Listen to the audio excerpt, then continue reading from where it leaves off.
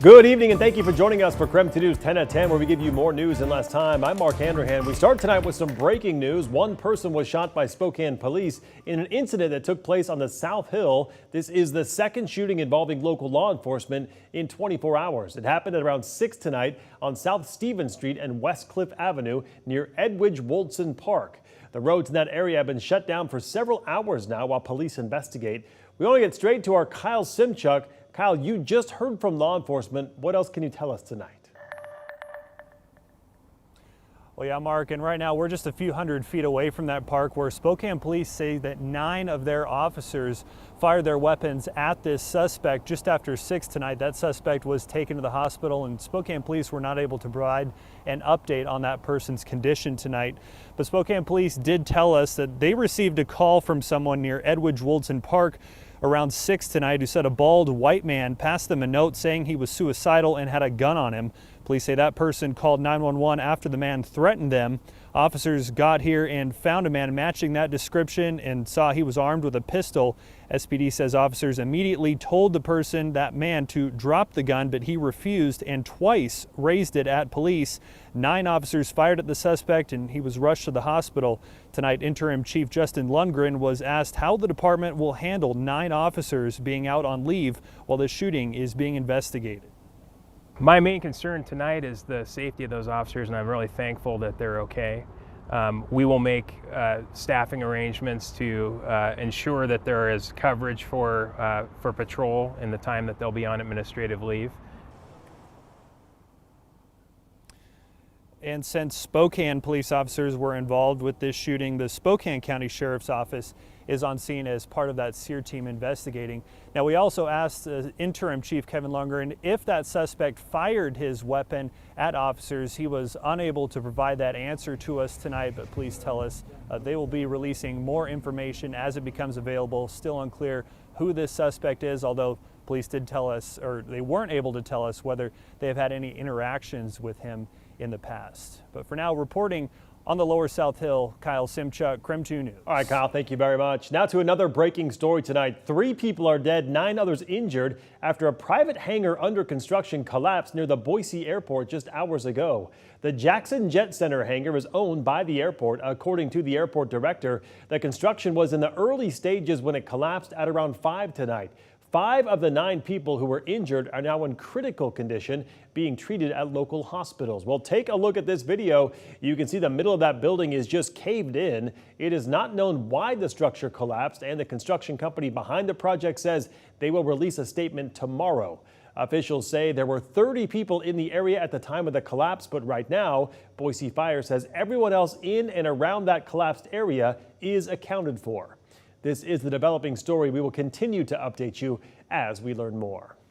And now to our night beat with a quick look at today's top stories. A man is in custody tonight after an hours-long standoff in North Spokane earlier today. According to Spokane police, officers and SWAT responded to a call just before noon from a woman who said that she was being held by a man with a gun along with her kids who are under the age of 5.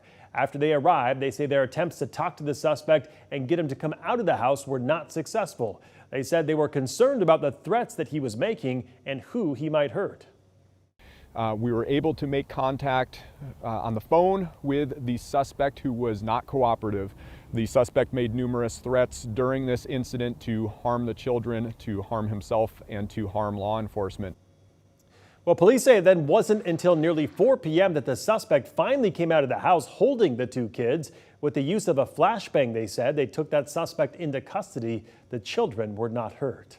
A Washington State University fraternity no longer part of the school's Greek system after failing to meet tonight's deadline to file a relationship agreement with the school. This comes after an investigation into hazing that allegedly led to the suicide death of a student named Luke Tyler last January. Shortly after the university suspended all chapter activities, Luke Tyler's parents spoke with our Seattle sister station shortly after their son's death, sharing why they believe hazing contributed to his death. Is there any doubt in your mind that hazing contributed to your son's death? No. We believe the rituals that were part of this fraternity had dangerous components that contributed to his adverse mental and physical health. The Pullman Police Department told us this afternoon it is continuing to investigate whether crimes occurred related to hazing and providing alcohol to minors. The man accused of murdering 4 University of Idaho students is asking to move his trial out of Latah County. New court filings reveal the defense thinks, quote, a fair and impartial jury cannot be found in Latah County. So they are asking for the venue to be moved somewhere else. As of today, no trial date has been set. And that was your Night Beat. To learn more about any of these stories, just head to our website. That's KREM.com. All right, switching gears to talk weather. Our mild weather picks up a bit tomorrow with some rain, but still not much. Let's get right to Chief Meteorologist Jeremy Legoo for more on what's in store. Jeremy? Well, Mark, it's one of those ones where all week long we've just watched the moisture. It's been pummeling California. It's making its way up toward us, and eventually it moves in. Because of it, our temperatures stay mild, still at 41 degrees here in Spokane.